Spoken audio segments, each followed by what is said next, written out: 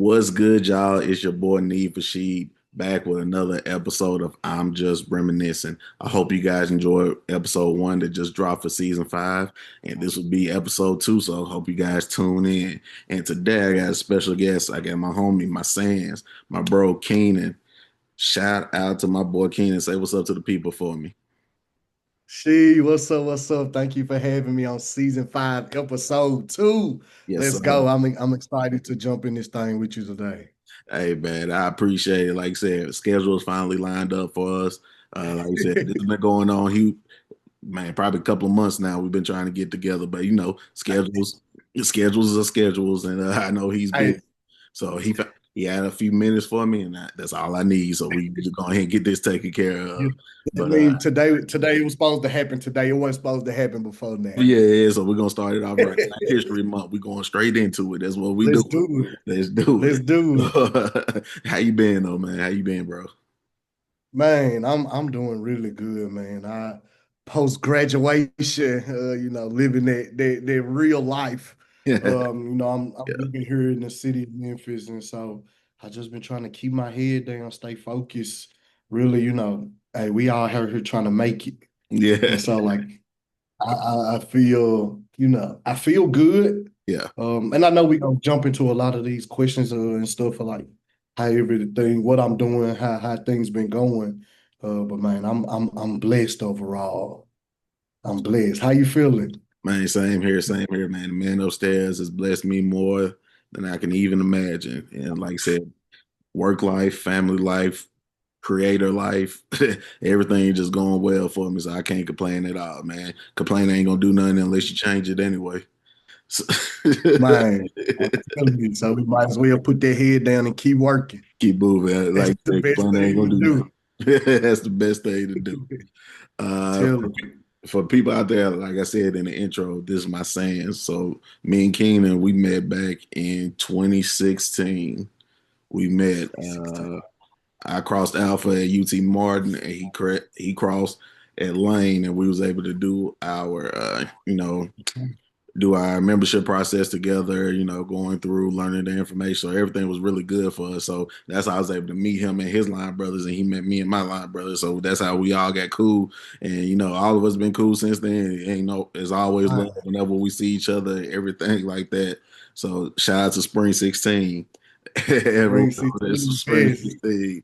I'm a Man, like, hey, and we turned 10 this year. We turned Let's 10 this go. year. That's We crazy. old heads now. Can you believe that, bro? Bro, 10 years came so fast, man. We old heads. I, We I never thought. real old heads. And I was like, I'm the youngest of my brothers. I was like, all right, one is 15 this year. One turns 15 this year. And then my Yeah, other brother turns 13. man, Yeah. man. Yeah. That's crazy. I still remember the probates and everything. Man, it Your was so brothers fun. embracing you that day. That's Boy, we crazy. had some good times, man. Spring 16 was, first of all, shout out to the year 2016. That was just a crazy year in general. That was just You know they've been saying 2026 supposed to be like 2016. I said if it's anything like that, I'm ready for it. We had a I'm ready ball. for it because boy, we We had had a a time ball. in 2016. We had a I time. was a, I was a sophomore and like crazy. I was going into my junior year that fall. So yeah, I was the end of my sophomore going into my junior year, man. Whew, that was some fun times, man. And we was EOs. Neos, the music that was coming out was crazy. Like you said, we traveled, and for people that don't know, Man, Wayne and Martin is like 45 minutes away. So we was you down and back, down and back, down and back. all the time. I Oh, remember plenty kickbacks at them apartments, yes. some of the buildings, and I know like is it in Martin that it's a dry? It's a dry Yeah, place, so we had to drive a Martin is a little bit. dry county. Okay, Martin is a dry county. so we had to So that, drive to go find, we wanted to have a good time. yeah, Martin is a dry county. It's not really no more because now they got well, Martin County is, but they got liquor stores actually in Union City now. I know we had to drive a little minute when Yeah, we we had to wanted to drive go. 15. Usually we had to drive 15 to Kentucky. We drove 15 minutes to Yep. Kentucky. to go to This that. one, They had three of them, but now they got liquor stores actually in Union City, which we used to hold parties at in Tennessee. So they actually got like three or four liquor stores out there now. So now you they just, spoiled. yeah, They yeah. Now spoiled. they could go up the That's street. what they ain't know what it was like to have to hustle and make your way there. Yeah, it's They like, bro, you try to spoiled. catch somebody on the way out there to Fulton, man. Hey, man, can you give me a bottle while you out there? I got you when you get back. You just hope, Yeah. just hope. But that college life was it was so much fun. Like I said, brought so many friendships, so many it was like all about who you know and everything like that. Those relationships was very legendary. What you ended up getting your degree in? I mean, what's that? So I got my degree in criminal justice. Criminal justice. Okay. Yep, I got a criminal justice degree. That was mine. I remember I thought I was gonna go to law school and everything, but like the trajectory of it that really changed. Yeah. But I enjoy undergrad. You couldn't tell me in undergrad that I wasn't a lawyer. Yeah. Like I'm telling you, I mean, like sophomore when I crossed as a sophomore, I was the chapter president, Yeah. Oh and wow. so like having to jump into that operating mind early Hmm. and like that leadership mind early, like me pursuing my criminal justice degree, it made me think about the world differently, but as well as how I can make change in the world, how I can Yeah. make change on campus, how I Yeah. can make change in the organization Yeah. that's right in front of me, and the other ones on campus that I'm involved in. Well, what organization you were involved in at Lane? At Lane, I know I was in pre-alumni council. Like I said, I was in student government. We did student council. Mm-hmm. That's why our president of our campus, President Hampton, he used to meet with the student leaders that were on campus. I did campus activity board. What's the other ones I did? UNCF. You know, you got to be Mm-hmm. involved with UNCF. Um, and it was just a few other leadership things that I did, like that was outside of the school that I was involved in. Yeah. I did Phi Beta Lambda business Mhm. fraternity. Right. I was in what was that? I was in this English honor society. I can't Okay. even think of the name of it. It's so long Can ago. you take Amy out for me? Yeah. So yeah. Huh? Yeah. No, I heard you. Yeah. Like I said, that's so. Like I said, I don't have. I think I had a couple of people on here that went there, but what is that HBCU life like? Like I said, like I said, having y'all close to us, like I said, you 45 minutes, so we can come down there and see y'all. Yeah. Like I said, we got TSU that's a couple of hours away, so we are surrounded by them by actually being there on a regular basis. For the people out there, because we love our schools and we love our HBCUs. That's one thing we do. So what? So how was that HBCU life like over there at Lane? So my experience with like, and I'm gonna start off the conversation that attending Lane College was the best decision I've ever made Yeah. in my life, like truly. And so I'll give a little context. So coming into Lane College, I had two sisters that were already attending Lane College. Okay. And so my track through education and through my educational journey, it hasn't been the traditional path. And so throughout high school, because I didn't really care about school, my Hmm. grades wasn't the best. You know, I played sports, but I didn't truly understand the weight and the importance Yeah. of taking care of your schoolwork Hmm. and how your education can take you. Like I didn't put that together. I didn't really have interest. I was like, look, I don't know what's next. I play sports. Yeah. And like and so from there, I was also wild in high school. Yeah. Like I was going down a completely different track. And so Yeah. when I got to the end of my senior year, my grades were so bad that they literally told me like, you're not gonna graduate. Hmm. You're not gonna pass. And so like that was probably one of the hardest moments in my life. Like, and I talk about it like, I make sure I share that Yeah. story and how I was able to overcome that. But like being in that, that was truly one of the hardest things I've ever had to face. And that was like I felt I hit rock bottom early. Yeah. And so when I got on the other side of it, and because I was like, I know I don't want this to be the end of my life.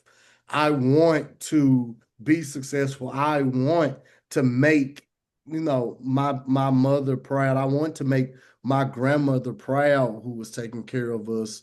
But I was in this place where it felt like I failed at life. Right. And so it's like, what do you do from now? What are you gonna do from here? And so I was like, I'm gonna go get my GED. So I don't have a regular high school diploma. Yeah. I had to go and get my GED. And that was the first time in my life where I felt like, hey, I did this very hard thing and I did this for me and I showed myself that I can be successful, that if I put in the work, I can make this happen. And so once I got my GED, my two sisters was like, well, you know what's next. Hey, come here to Lyon College. We gonna take care of you. And I always knew of HBCUs, Yeah. but I didn't truly understand. Like I wasn't sitting around researching, oh, Yeah. this college, this college, Kind of this fell in your college, lap. Kind of fell in your lap. It was like God put my sisters at them Yeah. schools, at this school, so that they can usher me into this life. And I just knew that when I got there, my first semester, I was like, you know what, my friends, they all going to Chat or they going to TSU, they going to Valley, they going to other schools. Like, I'm only gonna stay here one semester and I'm gonna go with my folks because this is my sister them school. Yeah. Um, when I got on campus, my God, um, I immediately because my sister's like, you can't stay in this room. Like you gotta be involved. They both were already in Greek life. They both were members of Zeta Phi Beta sorority incorporated. And so they kind of were already established socially. Yeah. And my two sisters, they two of the smartest girls I know. And so academically, they were doing well as well. And so they used to make me come to the library with them, and we had a good time when we went to the library and studied. Like my schoolwork, they could break that down to me to where I understand, and they walked with me. But not only did I have my sisters, but I realized how my professors cared about me. I realized like I literally had a campus mom. I had mentors for the first time in my life in that way where there's this mecca of Yeah. Black excellence that they're wrapping their arms and their love and their support and their knowledge and the wisdom that they have around me where I'm matriculating on this campus and I feel like I can do this. This entire experience was created for me because the people who came before they had this experience. Right. And so there it was, my HBCU. They took this young Black boy who got his GED, who some schools probably wouldn't have even admitted. And they Yeah. said, you know what? We see who you are. We know who you are. Let us walk with you. And I was open and let them walk with me. And I learned leadership on a completely different level. I learned the importance of networking. I learned the importance of education. My first year, I had a 4.0 GPA. And the opportunities that I was able to get. And I want to make sure I say, like, I took care of my stuff, but I had a Oh ball. yeah, yeah, yeah. I had a It was I well had a balanced. It was ball. well balanced. Well Oh, balanced. look, we used to have our freshman orientations, and I used to tell them, I said, y'all, I got a 4.0 GPA. I'm in the library all day, but you gotta know I'm gonna kick it. Yeah. Like I ain't just in this room just being, just Who lying, come just first? But oh, he's boy, only in his book. yeah. Oh, I developed as a full person.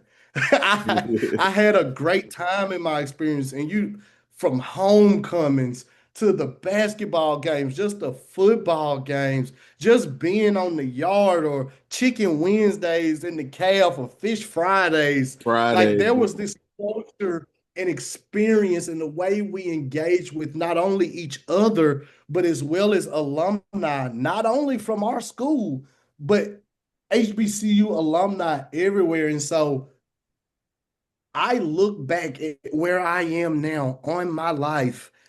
If I had not gone to my HBCU, if I had not gone to Lane College, I genuinely do not know who I would be Yeah. or where I would be or what I would be doing because let me slack. They'll call me. They'll Yeah. Keenan, don't make us come get up. Like, where you at? What you doing? Like, oh, you even if you ain't got this, oh, you okay, we'll give you a ride. You gotta have some groceries. You gotta and it truly felt like a family, and I'm forever grateful for that. That's why when people like, "Are you going back to home?" I'm never missing homecoming. I'm always gonna go back home, and I'm always gonna give back. I'm always gonna. I ain't got no whole bunch of money, but I can give something.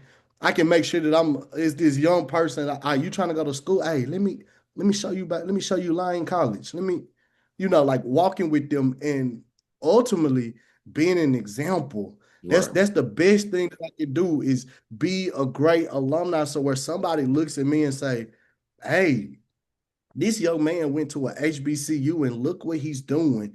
And he went to Lane College, small HBCU, Jackson, Tennessee, where we had probably what 1,200 students Yeah. um, on the other side of the train tracks. But that's my school, and Right. and, and I'm proud of them.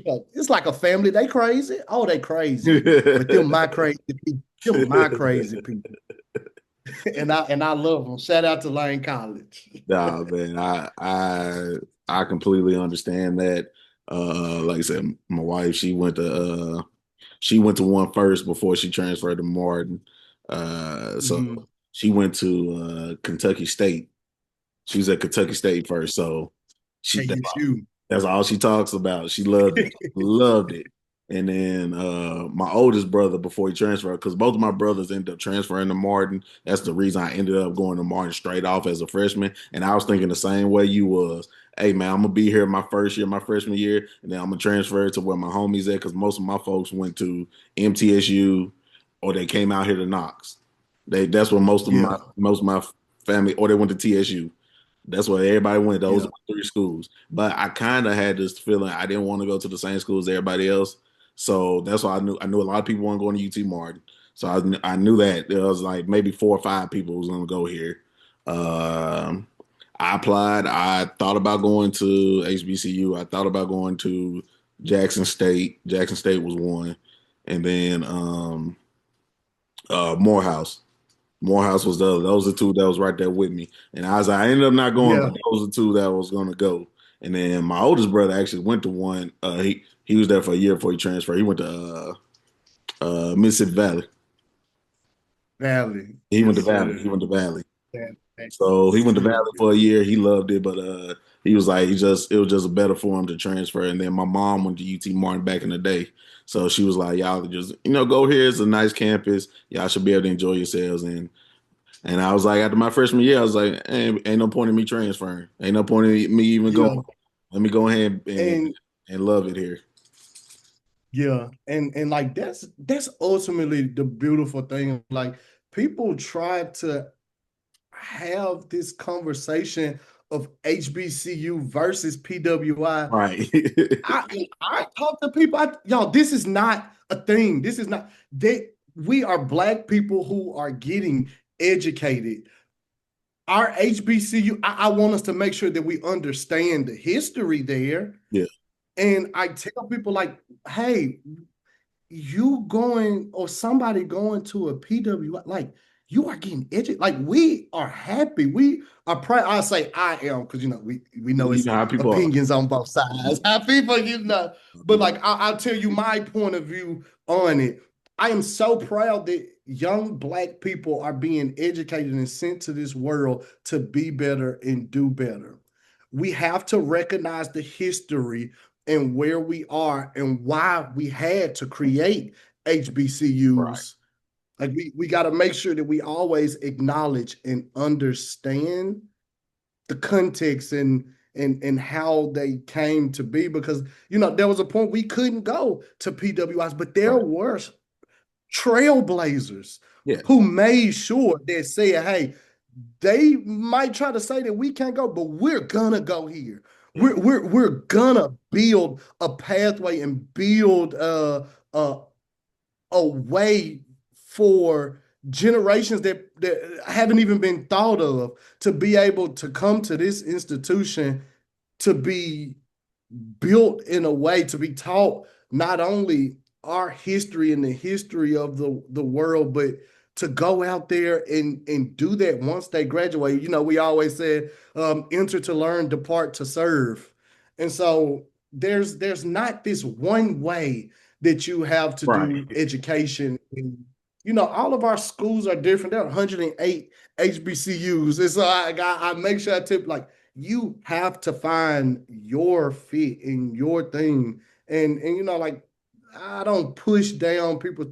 You need to go. I know, like, for my children, I'm gonna make Encourage that. sure that they Yeah. are exposed to that experience Yeah. in a way that and I'm gonna be so engulfed in the experience, but I'll never say I won't pay for you if you don't go Right. to Yeah. an We're not going that HBCU. far. We're not going that far. Yeah, it's not that far, but I'm gonna show you this thing in a way where you're gonna be like, man, I gotta go to an HBC. Yeah. Look at my dad. Look at my dad. It's Thanks. like, oh, he had his GED and he went to college and he do, you know what? And he crossed the alpha at this school. Like, I think I want my son, if he want to be beta, I want him to be beta five.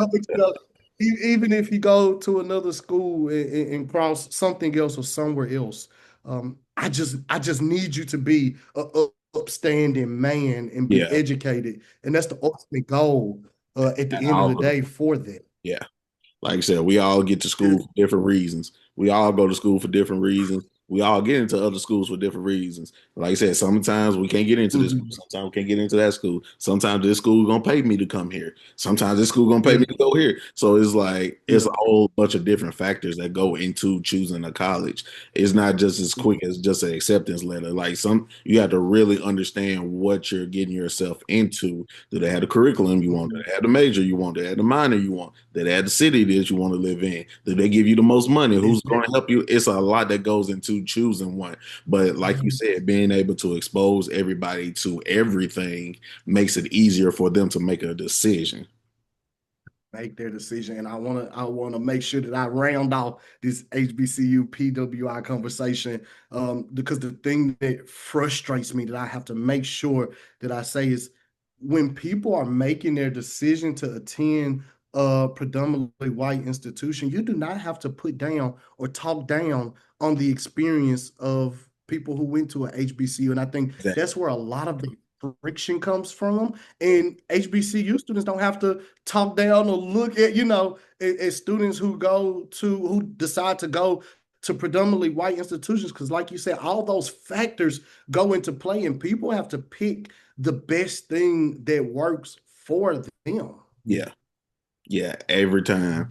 And like I said, I think like I said, the black white conversation always goes into there, or there was like, we'll say maybe this is not a HBCU. We 100% know this is not a HBCU, but our group of friends, the group of people we were around, we gave it a HBCU feeling.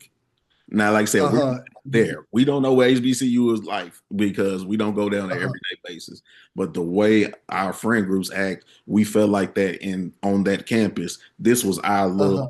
our little local. This is what we have because, like I Yeah. said, And we still looking out for each other here. Like I said, is more of us at the HBCU, yes, but on this campus, it's still the same amount. We just yeah. like I said, And we just got 4,000 of white people, Indians, Mexican. We got other people here too, but it's still only like 800 to 1,000 of us and here. So Yeah, and I think that statement, I don't think a lot of people realize that those statements cause friction as well. exactly, And it's yeah. like we be telling people, like, hey, don't, and I make sure I tell, hey, don't say that, because Please don't, it's please not a don't. HBC stuff. Don't say you're having an amazing experience. Yep. You love your friends. You love the community of Black people that I have with me, the way that we support and love and push each other for excellence. It's like we got to make sure that we saying that and not, oh, this feel like an HBCU. Yeah, It's like, because hey, boy, that's a it's conversation. deeper than just, it's like, it's deeper than just that. And Yeah, that's real. That you be telling them like that's kind of surface of the entire experience HBCU. Yeah.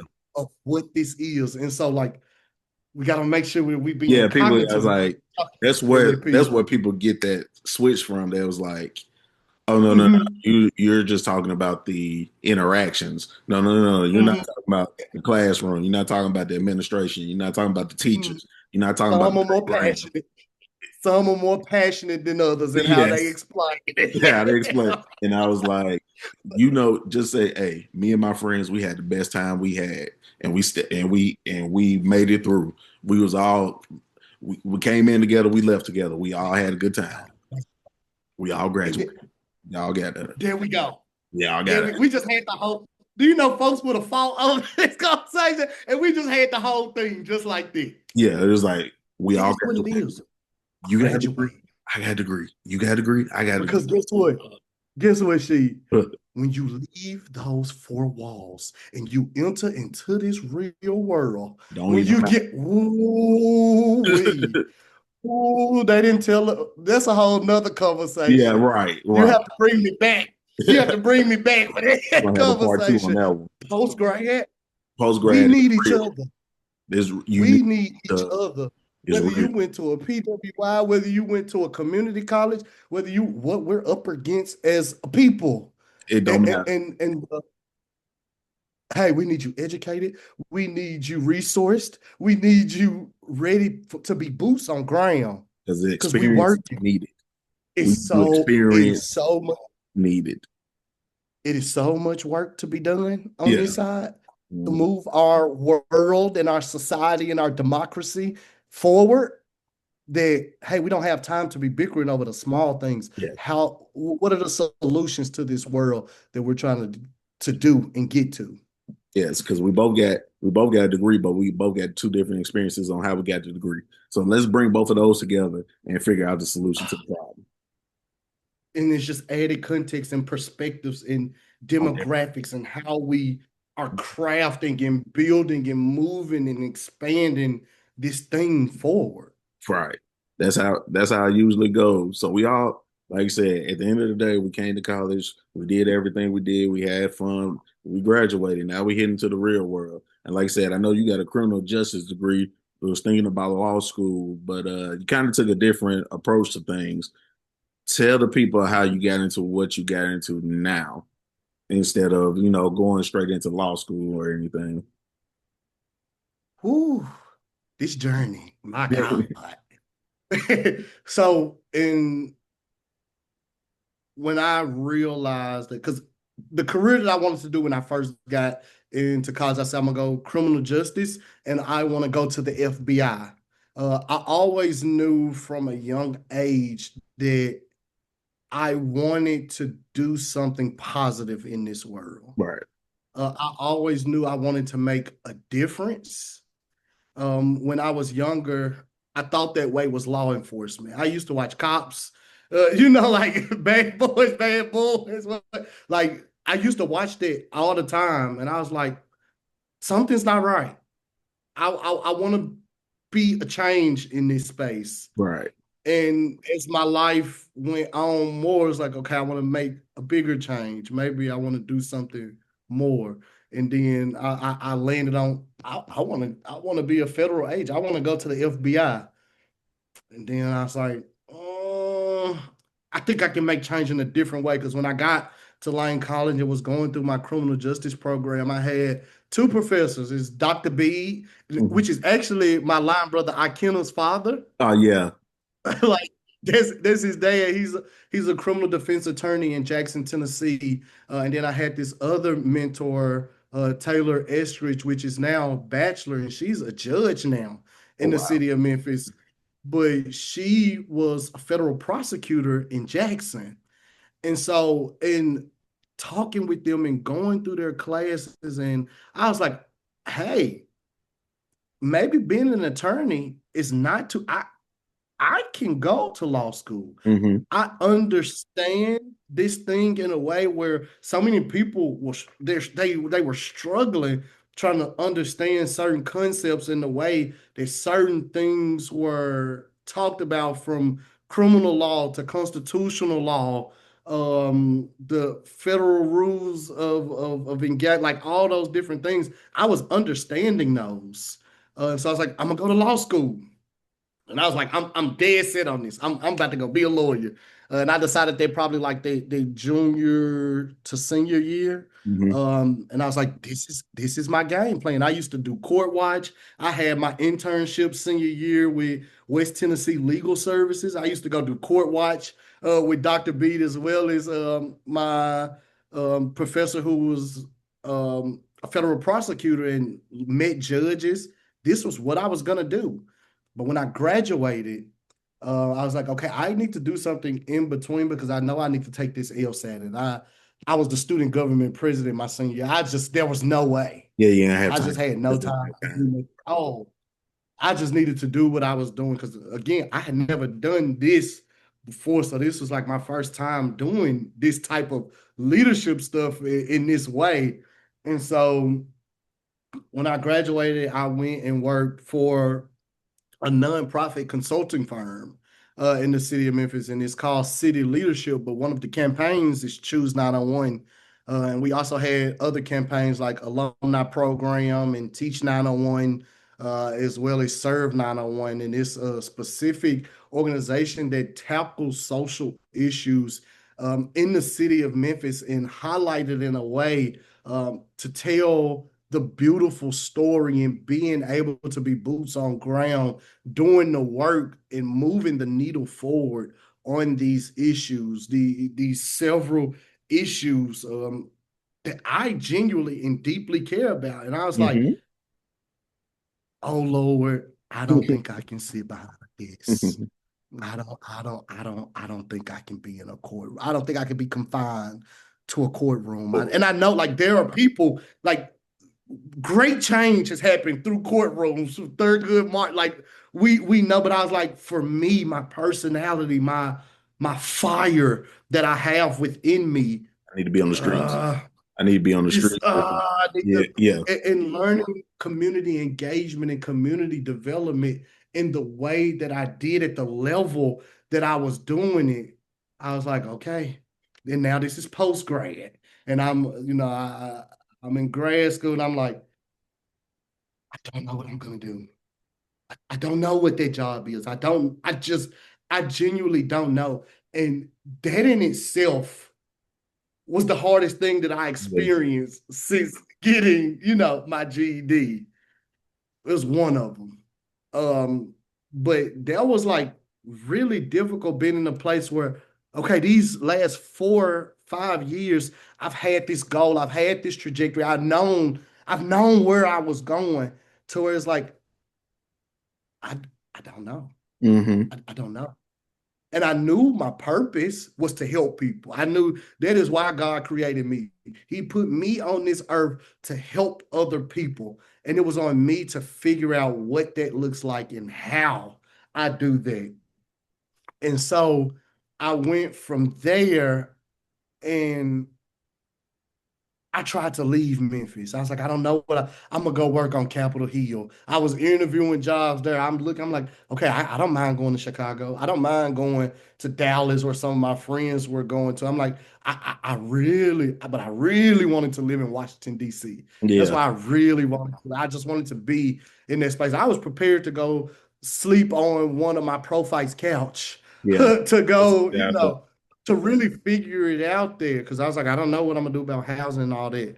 But guys set me down. Oh, I still remember the day I went to one of my friends' house in Chicago. He actually was out of town. He was like, you can just stay at my house. And he was in this penthouse, like type of apartment where I was able to look over the city. And I love being able to see views and be able to have vision and be able to think through things. Um, in that way because I'm also a person who love to go sit by the water too. Yeah. It's gonna make sense why I'm saying that in a minute. But I was like, I gotta leave, and God said, "Nah, big dog, you're supposed to be in Memphis. You're gonna be in Memphis, and all these things that you felt or thought that you wanted, um, you're gonna have it right here in your city." And so I have an amazing support system and network of people right here in this city. God, I'm literally in my first apartment right now. And I live downtown, and like I'm able to have a view of the city that a lot of people don't get to see. And I understand that blessing. And I was figuring out this career thing, and that's where who our mayor is now. He was working as the president of the Downtown Memphis Commission, and I met him at one of the events that I was throwing with that last job I was Yeah. working. And so, he let me know what he wanted to do for the city, and how much he cares about the city. And I felt his compassion. I felt how much he cared. I felt his heart in a different way. And I said, you know what? And he told me like I need young people around. I want young people around me. And I was like, I believe. And so he's like, I'm about to launch my campaign for mayor. And I think he did that about 6 months or so after that. And I volunteered on his campaign. I Hmm. was like, I don't know what's coming from this. I don't know. I don't know if do I want to do campaign world? Do I want to do government world? Like where do I want to go? What do I want to do? Um, and so we elected this young black man as Memphis mayor, and I knew the job was not done. I Hmm. knew that was just the beginning. I was like, hey, if they get a role there, and I served on his transition team too. I applied for that to assist in supporting our youth here in the city. And so to give him policy recommendations and to, what we think this administration should focus on. Okay. And so I was doing that and just volunteering and helping out with his town halls, not knowing what's gonna come from that. I'm just like, I need I, I need to be in this space. This is I what believe God in telling I me to believe in what do. you're doing. Like I believe in what you're doing, so I'm in this space. Right. But little did I know they see me doing this, and they're like, "Who is this young man that ain't you from Memphis?" And you like, and so when an opportunity opened up, I'm like, I'm about to apply for this. And so now I serve as communications operations administrator for the Office of Communications for the city of Memphis. And so what that looks like is me running operations. I support our chief communication officer, and Hmm. she supports the mayor of the city. I assist with his newsletter that goes out to, I think it's 35 to 40,000 residents every Friday. We send it out every Friday. And so I get to be involved with the strategy around, his social media, and working with the people who like because he has his speaking engagements and stuff Yeah. like that, like assisting his team with that. And there's so many different things that I get to do that I've learned from the experiences that came before this, that I'm like, I am in this role was created for me. I feel like you look back like, why did I go through all those things? Why did I have to? It I came. went through all of that I went through. I've learned every lesson. I did every leadership thing, every event, every skill, because now I'm in this role and I get to serve as a Swiss Army knife. And with a Swiss Army knife, like, okay, you need this, you need this, you need, what do you need? Everything. Right. And then be the question, what do you need? And I how can I fill that void? That is what I try to be for the administration, because I care about the city of Memphis so deeply, and I care about the future of this city, and I want to be a part of the change. and I want to be a part of the solution because we're a city that's 65% plus African American. And if we can figure out this issue in this historic black city, what does that do for our people across the world? What Hmm. does that do for other cities in the Chicago's and the Detroit's and the black leadership is leading in this space? And we're doing this, and I truly believe in the work that, because if I didn't, I wouldn't stay here. I Right. truly believe in the work that we're doing, and I'm so excited because we haven't even scratched the surface of what we're about to do. Yeah. We were learning, we've implemented great changes, we've implemented great foundational things, but where the city of Memphis is about to go, my God, It's I crazy. see it, I feel it. And to be a part of that is a completely different feeling. And so I'm really excited and I love the work that I get to do with that. And I've even started my own nonprofit because there's work and stuff that I'm like, I still, as a person, as Keenan, what will Keenan's legacy be in this change Got that things I want happens to do. not only in this city, but in this world? And now we're coming up on our eighth annual backpack giveaway, where we are centering this to be the city's backpack giveaway. And Mayor Young has supported me deeply in this initiative to where this year coming up, I haven't even announced this yet, but we have set a goal of 5,000 backpacks filled with school supplies that we're going to make sure that our students in the city of Memphis, when they go to school on day one, we want them to be day one ready because even in my personal life,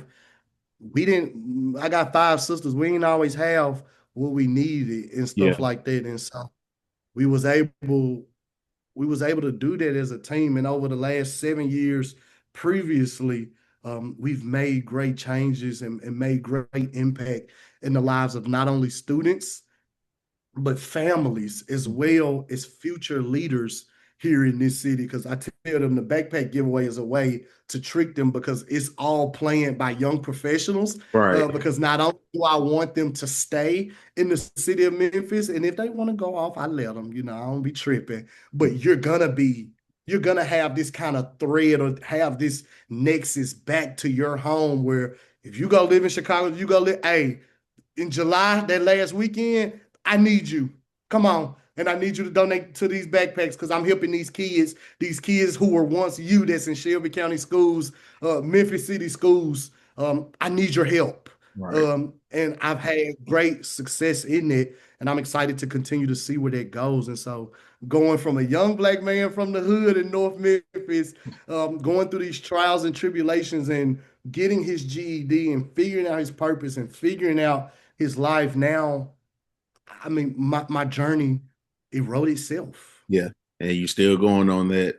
You said from North Oh, Memphis. What high school you went to? I went to Cordova High School. Okay. I went to Cordova High School. That's the number one question that people ask. But I be Yeah. having to remind people, like I'm still a North Memphis baby.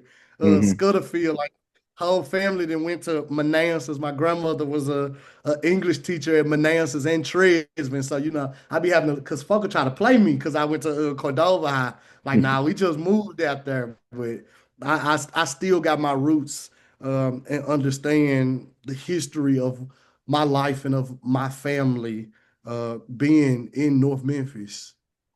Yeah, no, I'm same way. Like I said, from South Memphis, whole family from South Memphis. That's what it is. I grew up in East Memphis though. Went to Wooddale. Went to Wooddale, but With Dale. yeah. So, but like I said, my roots come from the South. My roots come from South Memphis. That's what it is. Yeah, But yeah, that's yeah. gonna be who you are. God, everywhere you go, South Memphis. It's always gonna be South Memphis. I grew up in the East, but South Memphis is gonna always be a part of me. It's so And hard. Yeah, yeah, like you said, man, having family because I got family that deals, like I said, working in the city. My older cousin, she was a lawyer out in Memphis. Um, I think she worked for the city a couple of times. She's a lawyer out in Memphis. I had a couple cousins in my family that are lawyers. One moved to Dallas, but she used to have stuff out here. But yeah, I had so seeing them talk about the policies, and learning and teaching us about the stuff. They do it on a regular basis. So trust me, I see exactly where they're coming from. And like I said, we from Memphis, grew up in Memphis. My whole family from Memphis for the most part. So a majority everybody still lives there in Memphis. So Yeah. we seen the city from when we was growing up in the 90s and 2000s to how Hmm. it is now, how much more we progress, but we're still progressing. So trying to get Hmm. both of those together. And like I said, you kind of figure out what you like to do and what you want to do, and it's something you're passionate about. So you don't feel like it's work for you. You just feel like, hey, this Yeah. is what I love to do. I can't go to sleep. I can't wake up. I mean, it makes you wake up bright and early in the morning, and I'm up late at night. I, Yeah, I work from sun up to sundown. I don't work a 9 to 5. yeah. It's like this is my life. This is who I am. Mhm. Making a difference, making an impact, making change. And every waking minute, I'm trying to figure out how to do that and where I can do that at. Yeah. So the city, like I said, and then the city brings out one thing that we always do. The city brings out the best in you. The city brings out the hustle in you. That's one thing. The city is full of hustlers, and Ain't, how you do ain't your nothing hustling like is on you. But it ain't nothing like us. yeah, ain't We nothing didn't like when people talk we about didn't been us, all over the world. We didn't sing. We didn't travel. it don't But matter.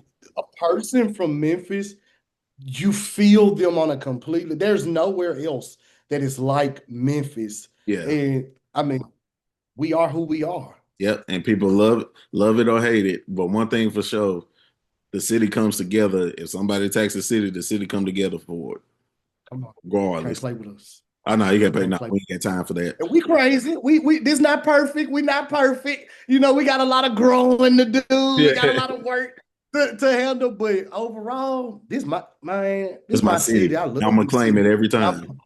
and I'm committed to this city. I'm in this thing. Memphis is our own state. We tell people that. Yeah. Memphis is its Memphis, own Memphis, state. Memphis, Memphis. Memphis. No matter what part of Memphis you from, Memphis is its own Uh, state. Memphis State. Come Memphis on State now. is all They, it is. they And know what's up. they know what's up. And then even you get other people from other cities to say, I don't even mess with people from Memphis because I know what they're about. Yeah. Yeah, like I Yeah. said, but it's at the end of the day, y'all respect us, we respect y'all. It's real Yeah. simple. It's real simple. Shit.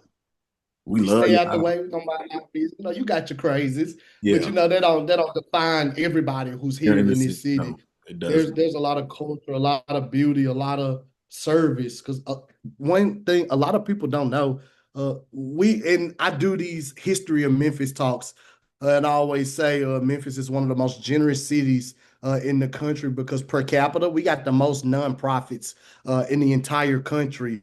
So that's talking about the heart of Yeah. who we are and what we're trying to do. So it's easy to talk about the problems, the issues, but there are genuinely people in this city, Yeah.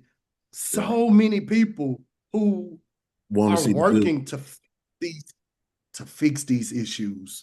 And so we right here in the city. Yeah, my mom is right behind. She's getting ready to start her nonprofit, get that together. So she's just getting all the information together for her nonprofit. But she's ready to do Yeah. that as well. She's been talking about that for years, but she's finally getting the time to actually go out here and do it.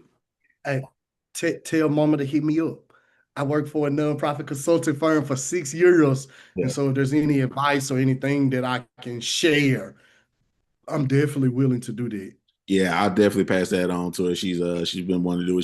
She used to do Big Brother Big Sister, so she loved doing that. So something like that is what she loves. She loves to give back like that. That's what her main focus has been on. So yeah, she's been ready to get some of this stuff taken care of. And I was like, I know you've been talking about it, so it's going to happen. It's definitely going to happen. Like you said, Yeah. telling you what you're doing now. What's the next step for my boy Keenan? What's next up for him?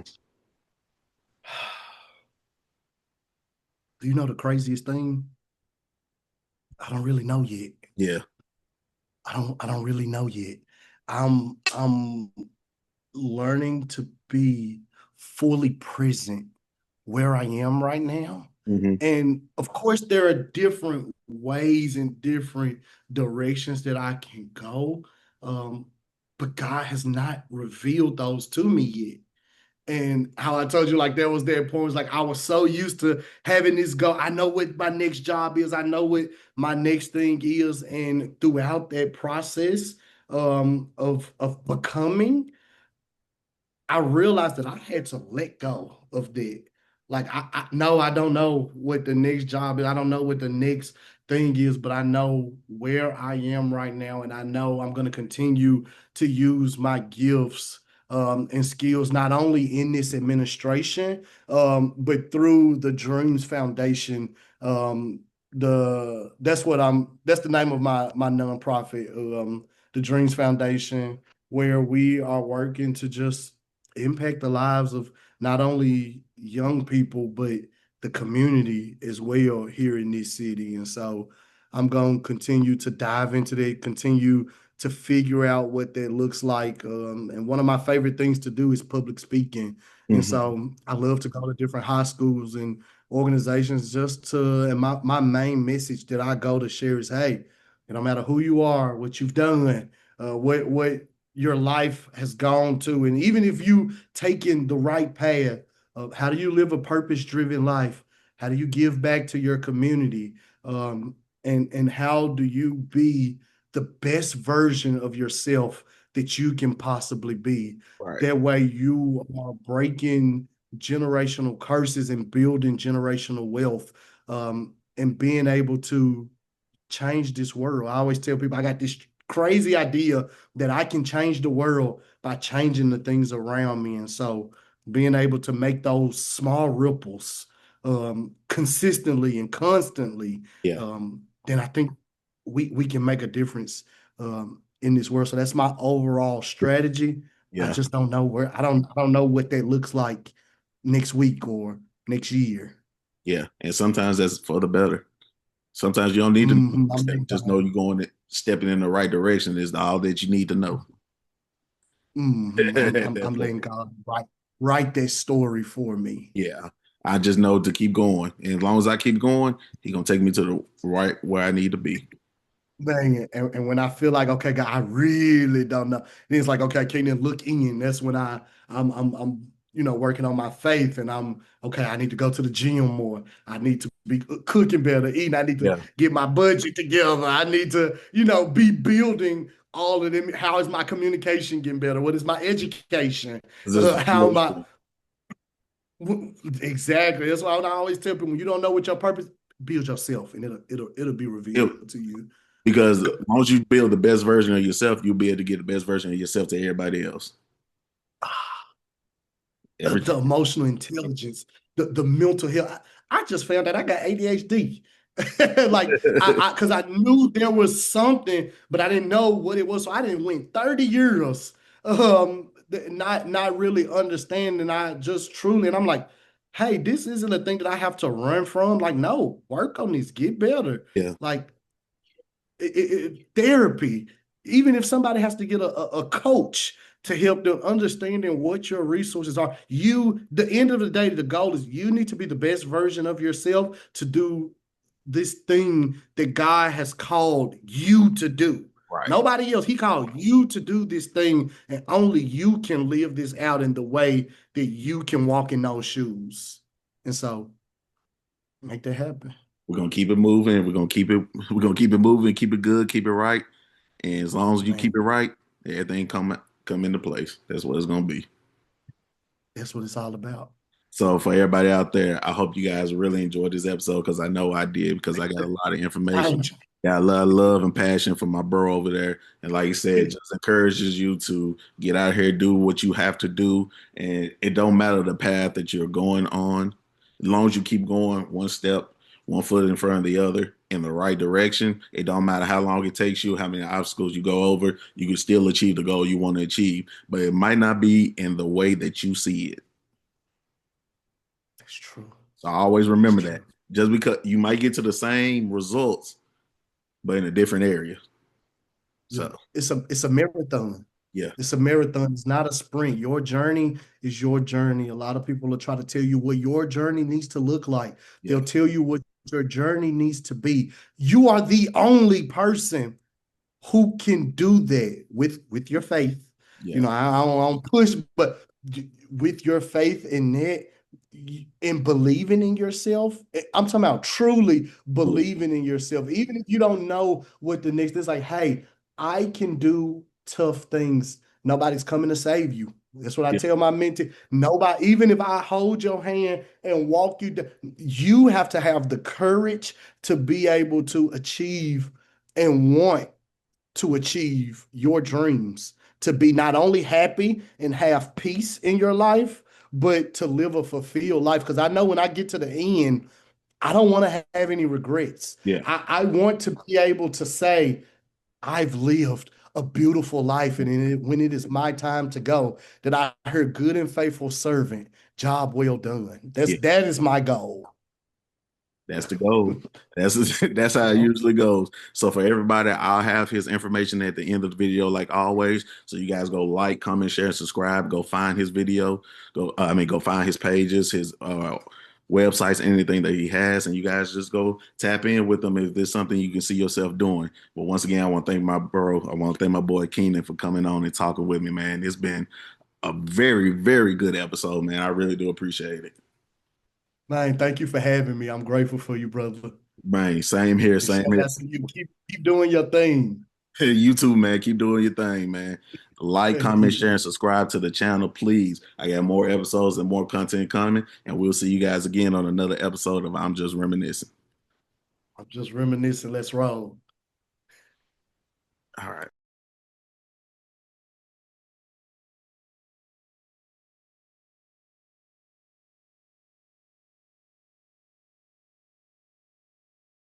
You feel me?